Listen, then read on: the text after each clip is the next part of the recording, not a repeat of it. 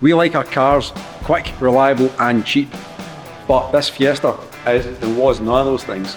We bought this 1 litre Fiesta EcoBoost, or EcoBang as it's also known, for £700. That's because it has one massive issue. Most likely the Fiesta's wet belt has failed, which has turned a nice, reliable running car into a red, expensive paperweight. So Stuart, for those who don't know, what is a wet belt? A wet belt is a timing belt, but instead of running externally on the engine, it runs internally with the oil itself. Meaning if you use the wrong grade oil, it can be disastrous for your engine. Essentially, using the wrong grade oil can actually cause the belt to deteriorate and break away, meaning you have bits of rubber flying around your engine, usually coming to rest in the oil pickup, causing oil pressure issues and eventually We've got the car up on axle stands. this engine has to come out.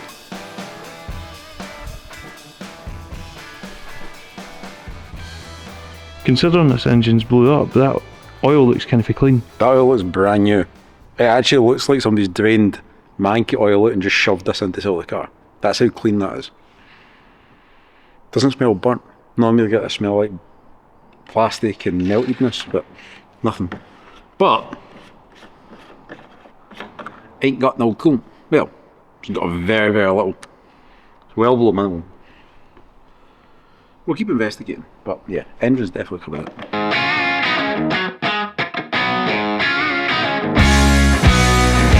First of all, I removed the wheels and the arch liners so I could remove the front bumper.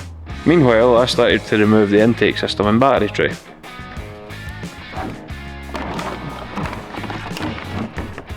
See, 90% of our nights here is Stuart taking the cars to bits and then teaching me how to do it.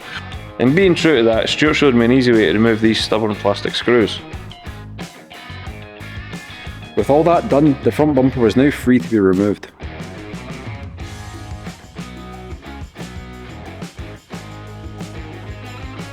Followed by the headlights.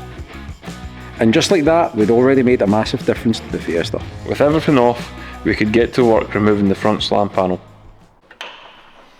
It's not 12 either. The 13! Right! It's 12 on Fords. It's a 10. That bolt's a 13. 13? Mm-hmm. I can only assume the other side's Probably 13. 13. So. Mm-hmm. I got wet. Stuart has a habit of every time he's draining fluids on a car, he just absolutely gets soaking wet. I got it. Good baby. I got it. I'm your Venus. I'm your fire. You're my desire. What? So we've just got 2 bolts to take out and then the entire front slam panel is going to come off. Stuart, are you feeling strong, mate? Yes, buddy.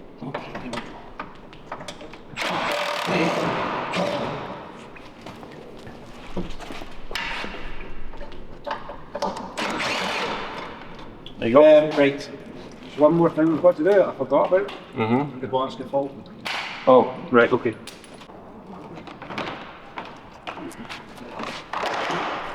Hey.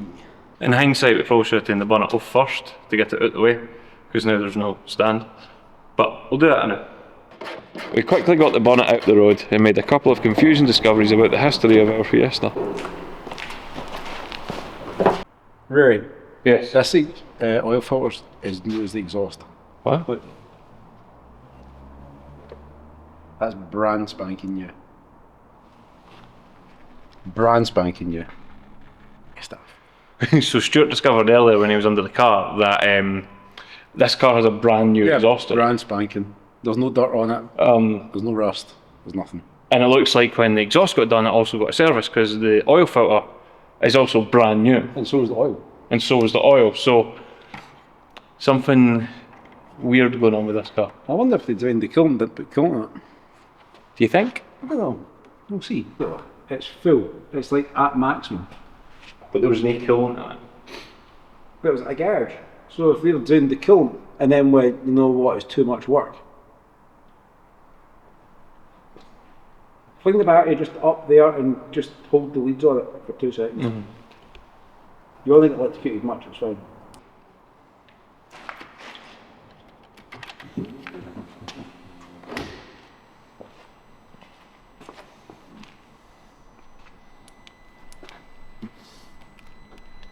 Go for it. Nah. It's like that. So what do we think, Stuart? Not sure, there's a couple of theories so far. So it could be hydrolocked. We don't know the actual scenario, what happened here. It's got oil in it, so I would doubt it's seized. It could have did the belt. When we turned it over, the crank pulley, it didn't rotating. spin, it went Yeah. I don't know. We need to do a bit more investigating, but I think regardless, this has to come out. oh yeah, the engine's definitely Yeah. coming out. 100%. This is coming out. So we'll find out more when the engine comes out. Yeah. Once the engine's off, we'll get the oil drained, we'll get the oil filter out, and then we'll also turn the engine over by hand and just see what's going on. So we're taking the air filter top off because we've got a potential theory that the engine's hydro-locked because it's went through a huge puddle. So if we take this off and it's soaking, then it's probably hydro-locked. Well, it's dry. It's brand new. But it is wet in there.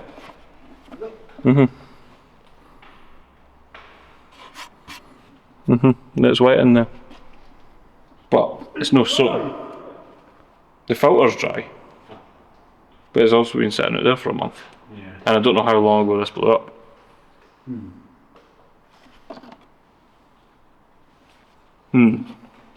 With none of the theories really adding up, we quickly got to work on removing the engine. So Stuart's removing the torque. Stuart's removing the torque, man. Big bolt from talking It's the big bolt that's torque, man. The big bolt. The big bolt's in The torque. big bolt. Ray, do you want to get the shocks off the hubs? Sure. Just so we can then pull the drive shafts through the hubs. Sure. After I disconnected everything from the engine and Ray had finished with the suspension, I could knock out the drive shafts. The engine was now ready to be removed. We got the engine crane in place and strapped up the engine. With the engine being supported by the crane, I removed the final two engine mounts and we carefully navigated it out of the bay.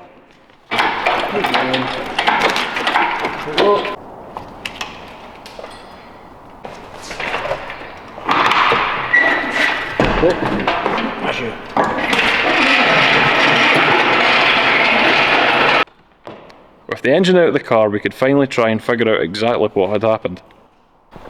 I wouldn't film this, this is a bit janky.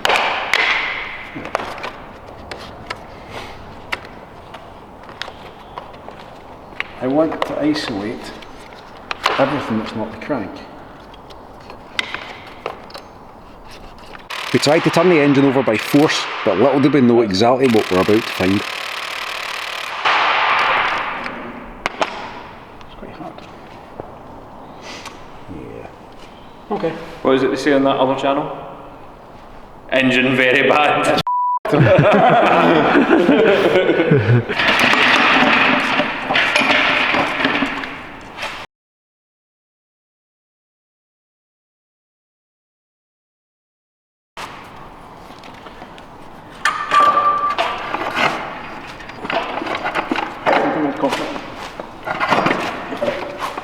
There you go. There you go. There we go. Ooh! You got oil. I think when its tyre belt has failed, the wet belt, it's pulled the crank and it's damaged the crank seal, and then the oil is then come into the gearbox side. So what I'm going to do is take off this pressure plate, take off the friction plate, right, take off the flywheel and see what we've got. Beautiful!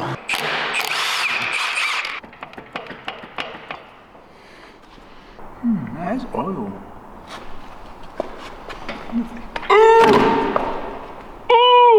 Oh my god! You got your torch. I do not think we'll be fixing that. Oh, I'm torching my pocket. Let's see.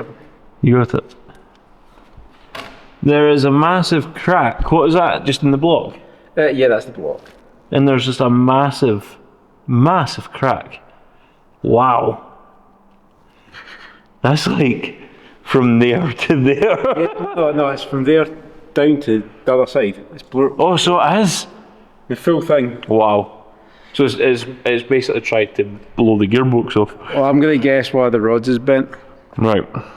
Oh, it's hydrolocked. And yeah, well, that's the problem. That's not getting fixed. I think we'll be getting a new engine. Yeah, we definitely need an engine. Yeah. But we'll slip it in the photo. Yeah. We found it. Yeah, I know the cars. Wow.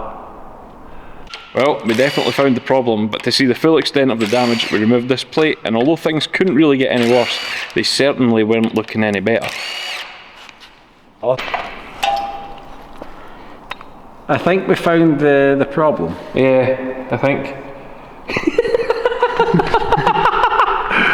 Wow. That they are not meant to happen. Yeah, that's supposed to be inside the engine. Jeez, take a picture of that. That'll be a good thumbnail. Yeah. It's probably came loose because it stretched the whole casting on this here and it broke. It's probably stretched the aluminium around the threads. But you still shouldn't have to be able to undo end cap bolts with your fingers. Oh, that side's tight. That side was not. Boom. Everyone wants some Fiesta parts. Well, Stuart, pretty productive night. Really productive. We got the engine at the car. Engine's out. We Diagnosed have, it. Definitely diagnosed the problem. That's an issue. That's not meant to be there. Stuart, how does that even happen? Well, it looks like the crank is snapped. The rod's not bent, so I don't know if he's maybe ingested water and hydrolocked the engine. Weakest point, crank, unknown why. But there's no debris in the actual oil pan or nothing. But Yeah, there's it's a big been hole. pretty clean break for Yeah. things, but pretty Catastrophic. impressive. Once we get a replacement engine, Yep. and we got all the ancillaries taken. I don't want to strip this because It'll be easier if we get a bare engine, we can just replicate it could be a few weeks before we get an engine. If I take all this off, it'll just be a nightmare putting all back together. So we'll keep it assembled. We'll get another engine. Hopefully it comes with everything. If not, we'll move it all over. And then when we get some time, we'll strip this engine and see exactly what has went wrong with it. We took off the inlet manifold. All the valves are still intact. They all look fine. There's no damage. Even the bottom of the piston looks fine. Yeah. And the rod looks fine. But we will get the sump off. We'll get the cradle out. We'll have a good look at the crank and see what the actual cause was. Yeah. But yeah, it's impressive. Impressively bad. In the last video, we removed the Fiesta engine, made a pretty shocking discovery. And because of that, the Fiesta's done, well, pretty much nothing really. And while doing all of that, nothing, things have started to grow inside our Fiesta, making it an actual biohazard. In this video, we're going to scrub the car inside and out, and by the time we're done, I would even eat my dinner off the floor. Yeah, I wouldn't do that. It's not that bad. It's like The Last of Us in there. Sweet curry. So first of all, we have to get the car back on the ground and rolling again, so that they can get it outside for a deep clean. We reconnected the suspension, loosely reinstalled the body panels, and pushed it outside. Look at this dude. Wait till you see the. No. Well done, mate. With the car now outside, it was time for a pre-rinse, followed by snow foam, and then we got the mitts out. We rinsed the car off and sprayed it down with fallout remover. And for anyone that doesn't know, a fallout remover essentially removes any tar, brake dust, glue, anything that can get stuck to your car's paint, it will remove it. So even though your car actually looks clean, it might not be. We waited 5 minutes for it to turn pink, and then rinsed it off. The car's already looking better on the outside, but now it's time to tackle the inside. Stuart, I think the previous owner might have been partial to a wee McDonald's. Well, I mean, I don't want to stereotype anyone, but it is a Fiesta, mate. I mean...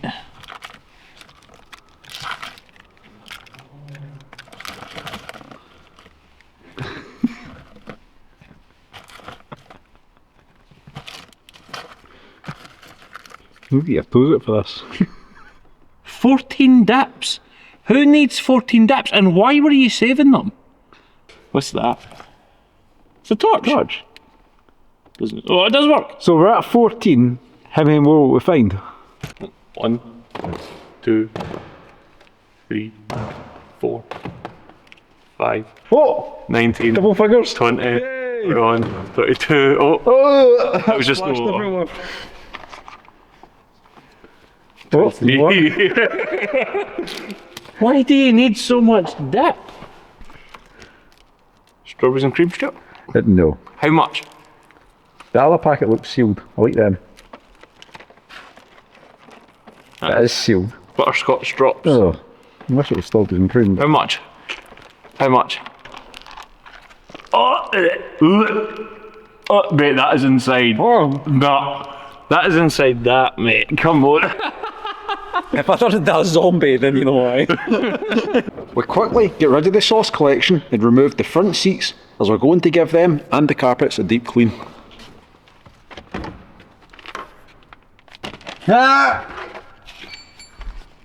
There's always a vape. See a Fiesta full of Mackies and a vape. This has been used for. Yeah, oh yeah. They were a vapist. A vapist. It's been a week and I'm not a zombie or dead, so good news of that. Unfortunately means we have to clean this interior still. So to clean the interior, we're going to be using a wet vac. And now we've already put a cleaning solution in this, which is meant for upholsteries. And all we're going to do is use this to spray down all the seats. Hopefully with this, we can make these seats look almost brand new.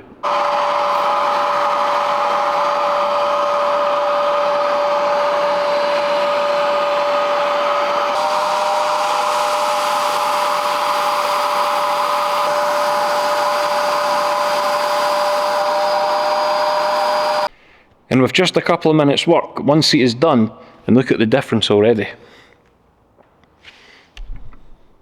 Now it was onto the rear bench, which was 100% the worst part of this car's interior. So again, I sprayed the shampoo all over the material, gave it a scrub, and finally vacuumed it all back out, and wait till you see the colour of the water.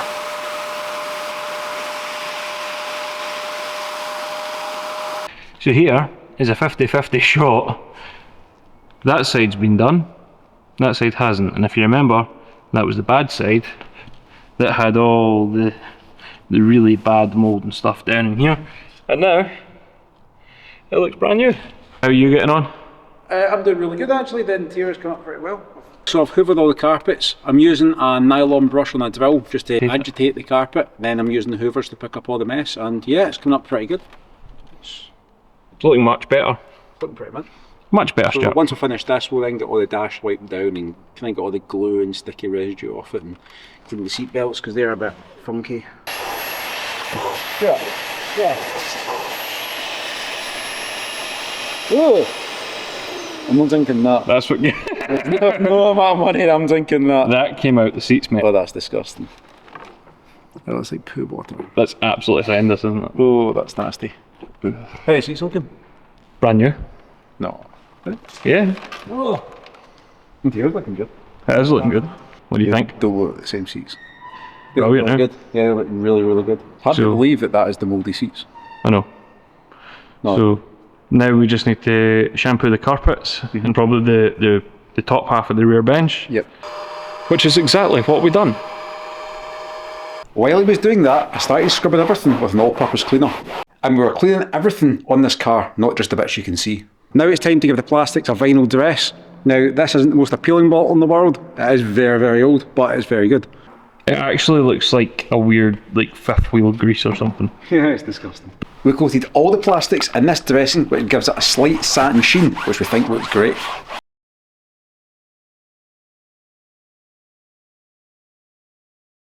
Some people might find it weird that we're cleaning the car in between, but realistically, this is for us. Yeah. Like, this is to make us feel better about the car, because it was so gross and so disgusting that everything we do now is just going to be so much, it's going to feel so much better as opposed to how it was. It smells so good. It smells so good. I love this car. Yeah, that vinyl dressing's amazing. Second video, and I love this car more than the last car. You hated the last car. I did. At the end, I hated the last car. I love this car. This is the first car I ever bought brand new. I had a brand new Mark 7. Mm-hmm. Not an EcoBoost, but I had a brand new Mark 7 in 2011. Mine was in 2016, and it was one of the first ST lines in Scotland, because they had just changed from ZTEC S to the ST line.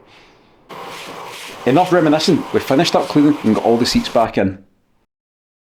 And the interior is looking great. We'll let the car sit for a week with the doors open to allow air to flow through the car and stop it from growing its own ecosystem again. Unfortunately, it's the time of day a job nobody wants to do, which is cleaning the glass. But it does make everything 10 times better, and it is a bit of a job that a lot of people forget about. But when it's done, it just makes the car look so much better. You're actually much better at cleaning glass than me. I hate it. Oh really? Oh yeah, I hate it. Maybe I just care less. I'm just like, wee. So what's the process for this, Rory? Spray it on, give it a good wipe, and then buff it off? Sure. Same as polish? Sure. For somebody that knows nothing Wipe clue what they're doing Wipe really it good. till it's clean. Very good answer. I have no idea what I'm doing. No, I know, but you're doing really good. So now we've got the car clean as we can get it. We need to give it a machine polish. We've got our Dash 6 here. We've got an orange waffle pad, which is a medium compound, and I've got adaptive cut polish and cut. Nothing too severe on this. We're not going to spend a huge amount of time refining it perfect, but we want to try and get it as good as we can. So an adaptive cut, medium compound pad. We'll give it a quick once over. We'll buff it off after that and we'll see what we're at. If anything needs refined more, we have got other pads in our compound. We can then go a bit deeper, refine it off, and then give it a final polish. We've done a quick test panel on the passenger wing to see how the paint would react. And it's came out brilliant. On to the rest of the car.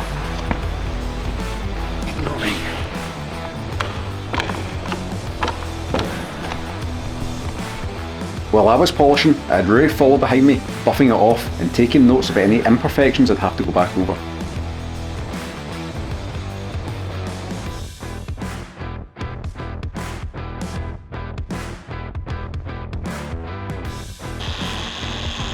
Here, I'm slowly going over the roof in a crisscross pattern for full coverage. I'm also working in sections, so it's easier to know where I've been and what I've still got to do. The trick is to take it slow, but also keep moving, so you don't accidentally burn through the paint.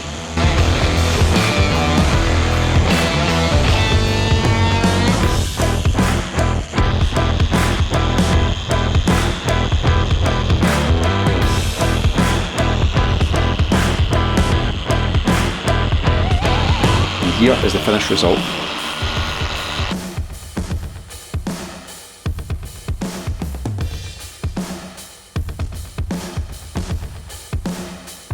We've spent a good 4 or 5 hours tonight getting the car polished, got the carpet cleaned, got the seats cleaned, and I think it's looking amazing.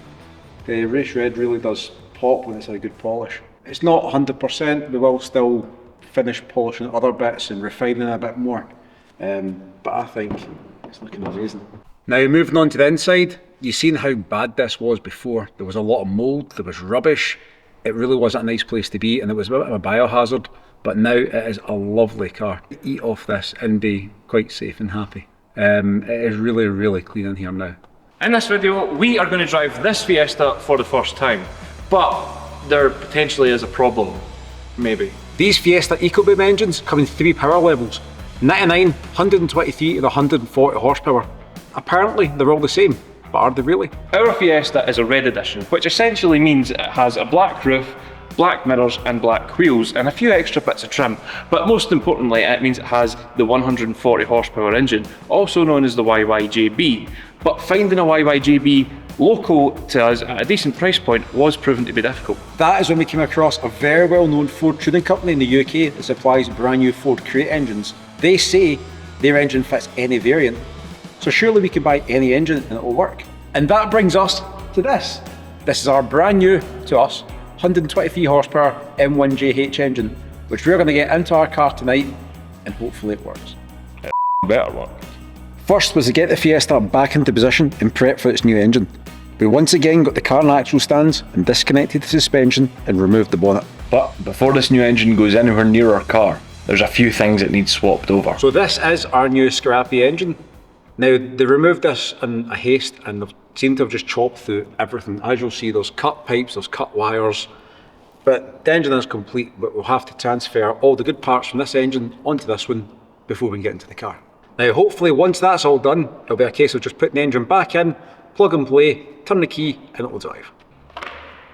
So from all the research we've done online, these engines are physically the same. The only difference is a slightly thicker head gasket on the 140 brake horsepower engines over the rest of the models.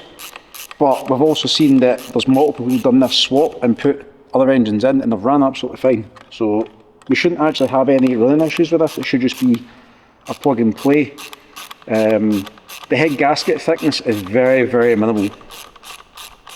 And the compression ratio The compression ratio is slightly different, but it is very, very minimal. So realistically, I don't see there being any issues. no. Ford probably just done it as a kind of a bulletproofing thing. Yeah, they've got to sell a car that's going to last hopefully 60,000 miles, 3, 5, 10 years before it detonates. So they probably just future-proofed it a wee bit, which didn't really work with EcoBoost because they blew up anyway.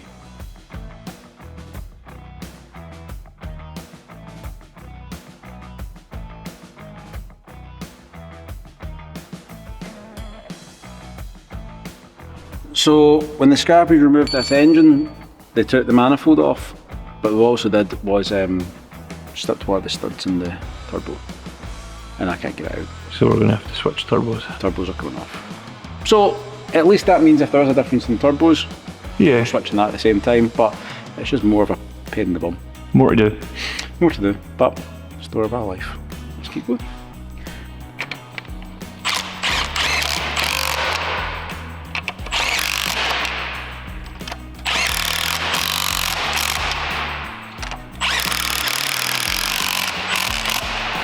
Torque to spec. Now it was time to mount the gearbox. Am I doing it right? Is it in yet? No. And of course Stuart got it on immediately.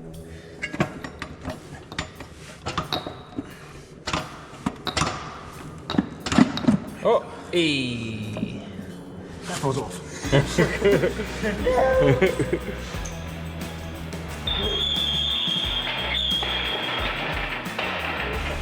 Now we could finally get the engine back in the car. After a few last minute parts to go back on, like the AC condenser, we navigated it into the bay and officially bolted it in.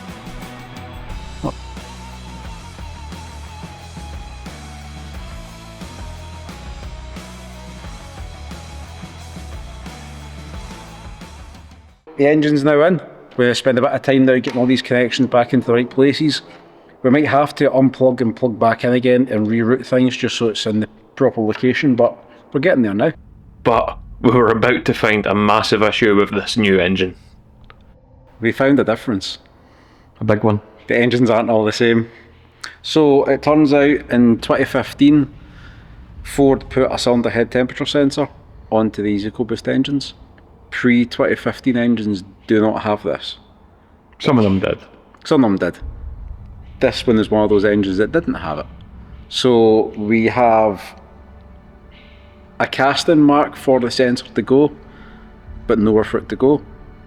So the options we have is strip the head off that engine and put it onto this one, or we drill the casting marks, because it's not a hole that goes right through the cylinder head, it's just going to be a hole this depth.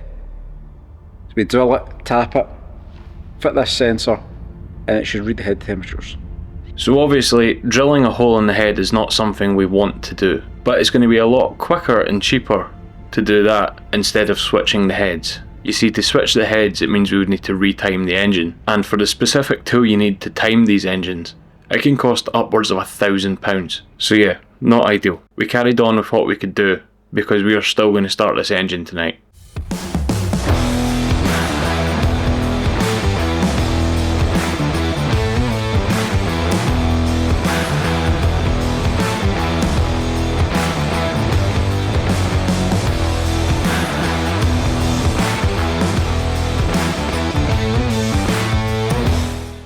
bar the fact that there's absolutely no coolant lines on this, it could be good for a fire up.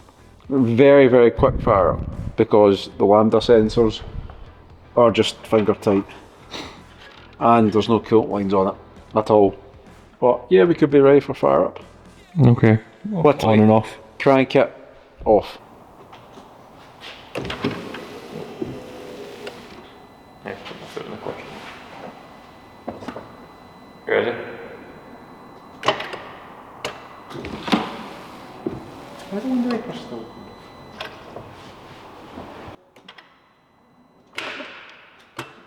No, it's not.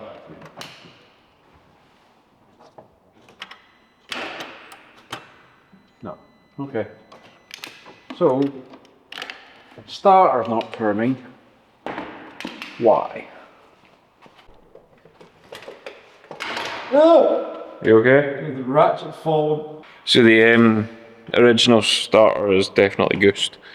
So we're currently swapping it for the one we got with the new engine. So, which I don't know why we didn't just put on.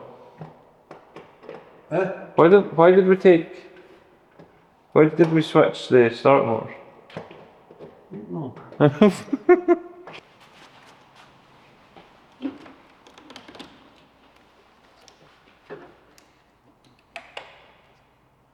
to crank it. Okay. Second attempt. Go!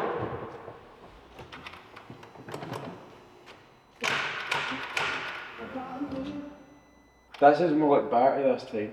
Yeah. Put it back on. Go.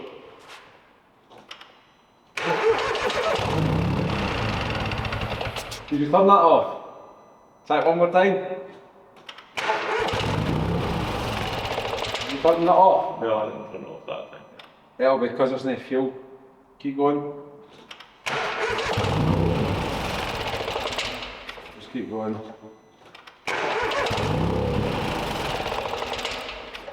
Do you want me to get a wee bit out? Yeah.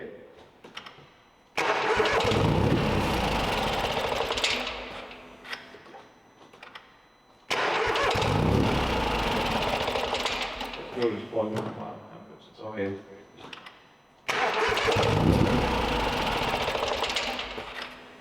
Once more. Do you want me to turn it on and off a couple of times? Yeah.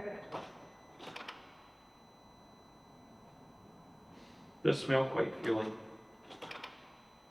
Very neat. Right, go for it.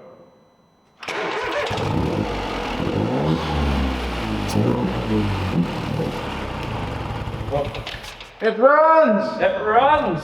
Oh, thank God. Oh. Fine, that was just the high pressure fuel pump. Yeah, it just needs to get primed, basically. So that was you revving it that time? That was me revving it, and I turned it off.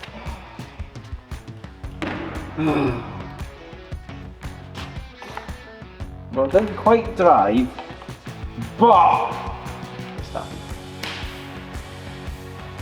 But it's a new week and we're back in the shed to work on the Fiesta again, and as you seen last week we found the issue with a sensor. So Stuart's got the great job this week of Stuart has the great job this week of drilling out the head to fit this sensor. So that'll be stressful. Yeah, not for you. Yeah, but I need to watch. Just for me. So now we've got to start this engine back. So turbo has to come off, manifold has to come off, airbox has to come off. Hopefully at that point we've got enough clearance to get in with the drill and the drill bit. If not, the engine has to then come back out. Hopefully it can stay in place, that'll also hold it still and we can get this drilled and fitted. We're not taking the engine out. Hopefully not. We're not. I have made a couple of jigs. A couple of jigs. Jigs to hold the drill centred but also stop me drilling too far.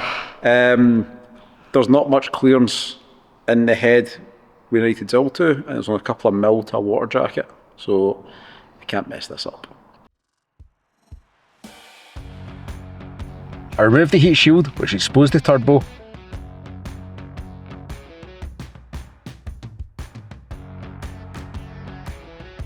Followed by the manifold.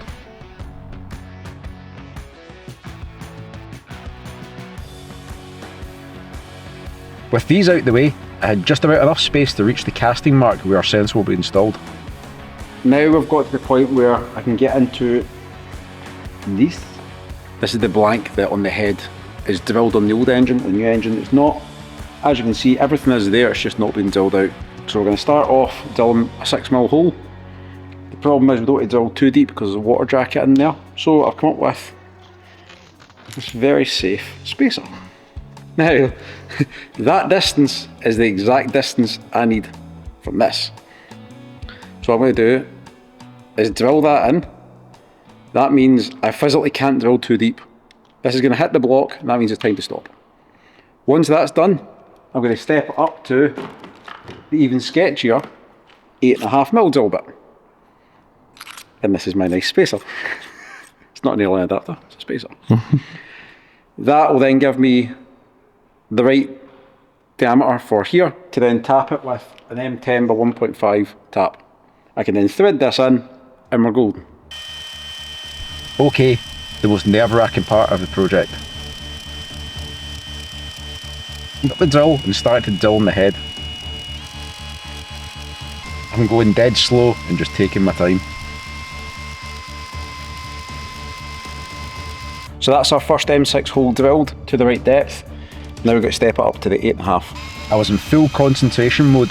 Neither of us would say a word through the whole process. We really can't afford to mess this up. So now we're ready for the tapping process. It's an M10 by 1.5 tap.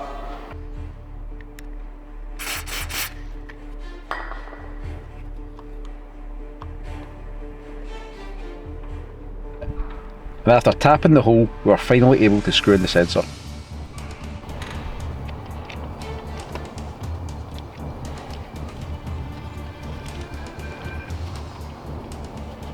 And actually, I don't think I've done too bad a job. Now that Stuart has finished fitting that temperature sensor, another thing we broke was the boost pressure solenoid. So we got a new one. And what this does, from what Stuart tells me, is it controls the psh, psh, and makes it go room. Disgusting. You're not nice. You're mean. You're mean to me. Back to front. That's not. Don't mess with me. You did good. Fitted. It's on. Fitted the psh. Thing.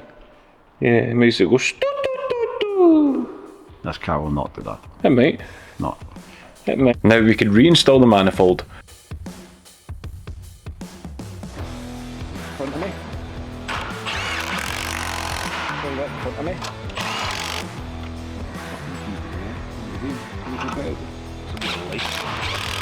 Followed by the heat shield.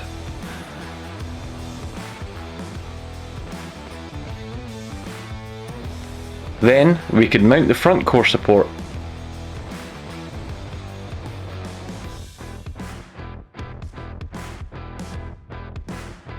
And after plumbing in the radiator, we refilled the coolant and started the car to help bleed the system.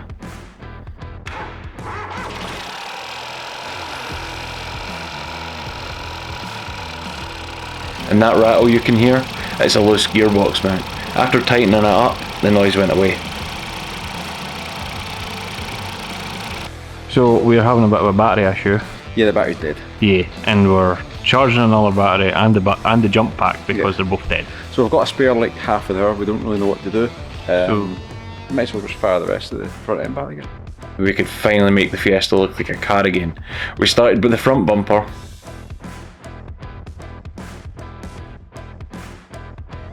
Then the headlights.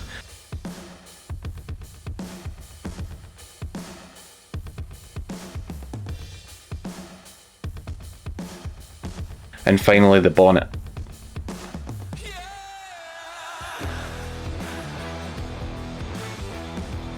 And if we're going to drive it, we'll be needing the wheels.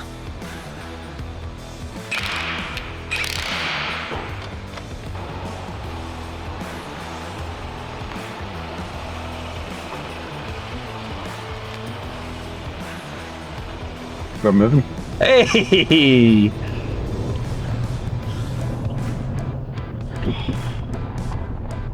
It's a bit nicer on the Clio. This is a lot quieter and comfortable. What's that? Is these on nippy? Aye. Oh, we've not got our seatbelts on. The bonnet's on. Oh yeah, the bonnet didn't close. No. We need to fix that. Teething problems. Yeah, there's going to be a couple. Where's the battery now? Just cut power. What is That's out. No. Oh. Well, it drives. Freewheel's back into position. The wrong way. That's alright. And is in. Freewheel's nicely. Yeah. Well, we said we'd drive it. Hey! Hey! Last time on routes, you would have seen us get this car running and driving. However, it definitely had its issues. Firstly, this car's not charging, so I want to check the alternator out before we look at anything else. And then we want to check the mechanical fuel pump, because we've got to have a hunch that might not be working properly. Now, do a bit of thinking. If the car's not charging, it might be causing it not to run properly. So I think the first protocol tonight will be get this charging issue sorted, check the alternator out. We've got a spare alternator with the old original engine actually, and we'll get that working first before we start looking at the run issue, because they could be linked, and there's no point dealing with that, and there's actually nothing wrong with it. Got a multimeter onto that, and it's definitely not charging. So it was just running on battery voltage. So yeah, we'll deal into that, and fingers crossed it is just a running issue and it's just cutting power. So we've been doing a wee bit of research and thinking about what the problems could be with this engine, why it keeps cutting out, and we've narrowed it down to a couple of things. So first of all, we've got a mechanical fuel pump. It would explain why it is cutting out, especially at low RPMs, and if you rev the car, you're getting more fuel pressure and it's running fine. Other option we've got here is a throttle body. So this engine with the throttle body all came from a crashed car. It was in the scrappies. We don't know the condition of it, so we'll swap it out with parts we actually have here. This is not costing us a penny. There's 3 parts, process elimination. If we change these, it doesn't fix it, we move on to the next thing. We have a multitude of sensors and components on the engine that come off the car. We can swap out and just see what works and what doesn't, and hopefully get to the bottom of this tonight. Right, so we've managed to get the high pressure fuel pump or mechanical fuel pump off, and this is the one we're going to put on. It does look in better condition. It's not physically damaged, this. The spring feels just as tight, but it's a free part, so we might as well put it on and see what happens. Not losing anything. Well, obviously, if this was your own car, I wouldn't just advise flinging parts on willy-nilly if you're going to be buying them, because these are like £100. So I would recommend testing everything properly, but we actually have these bits sitting here doing nothing. So we might as well fling them on. See what happens. Yeah. So Ray, you've not actually drove this car yet. No. The last time you drove one of these was your car. 2018. You're sad. It feels homey. Shut up. The bonnet latch we'll deal with next. The main issue was running issues. Once that's done, we'll slip off the bonnet latch, degrease it, clean it all up, and hopefully get that freed off. Feels like a Fiesta. So I think the latch is secure, but I just wouldn't go too fast just in case it comes up. Yeah. Oh. That feels really good. It feels really, really good. Okay, we'll park it. We'll turn it off. We'll get some food. We'll start it. We'll drive it back. Yep. We'll leave it idling. Okay, see if it starts again. Yes. Mint. Right, let's go back to the unit. Now that the Fiesta was finally running right, we moved on to the bonnet latch. I had a proper look at it, and yeah, it was completely seized. So we whipped it off, gave it a good clean, and once it was working again, chucked it back in the car. The bonnet latch works by, so pretend this is the bonnet. So you release, bonnet comes open. When you slam it down, it's through here, and locks into position. That previously wasn't doing that. Yeah, well, it would go down, but we couldn't get it to release. The problem was this lock had seized down. So when we shut the bonnet, it was just coming down, bouncing off here. It was still catching on this latch, which is why the bonnet was moving up and down, but we couldn't get it to lock. So when you pull your cable, that does that, releases the latch. So this had actually seized on its pin. I've managed to free it off with some brake cleaner, some WD-40. It now works fine. And I put it back in the car, see if it Yes, works. it does work. Oh, Hopefully. it does work. Hopefully. Don't jam my finger on that again, but it does work. I believe you.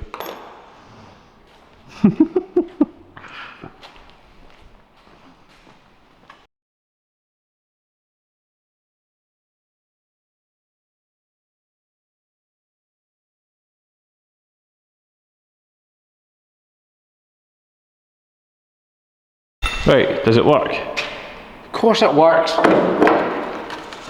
But are you sure? I'm sure I'm going to punch you in the face. That's not very nice. Let's shut. Hey, okay, right, pop it. On you go then. It's on that side.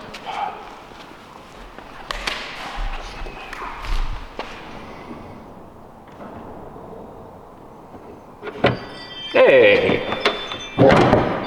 It did pop. Well Of course done. it did. Well done.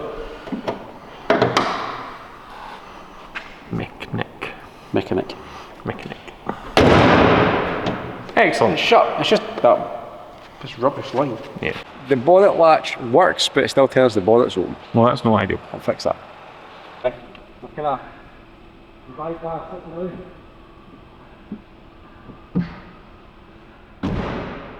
Stuart, mate, Yes. there is no lights on this dash. Handbrake lights on.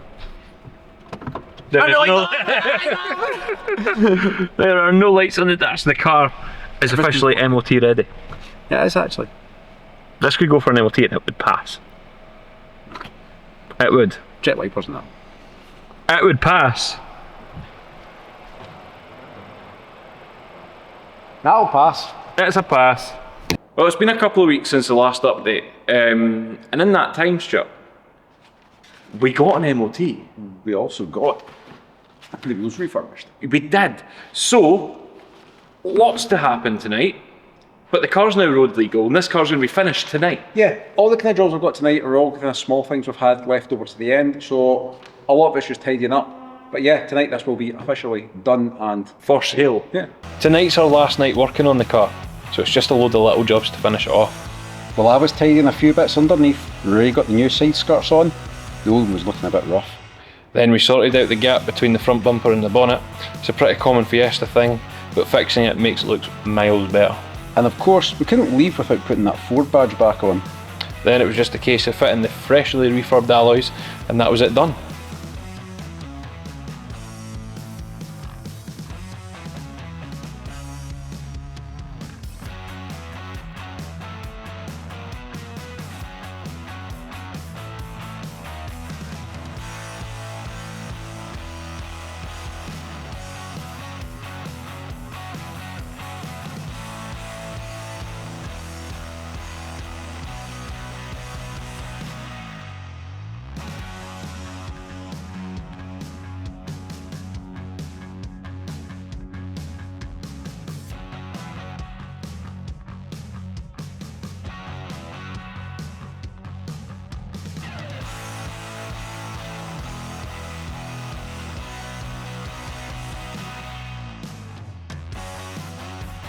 Well, that's another build done in Roots Garage. Yeah, the car's complete and I think it's looking amazing. And it feels nice to actually drive a car. And it's dry. I know, it's dry and sunny.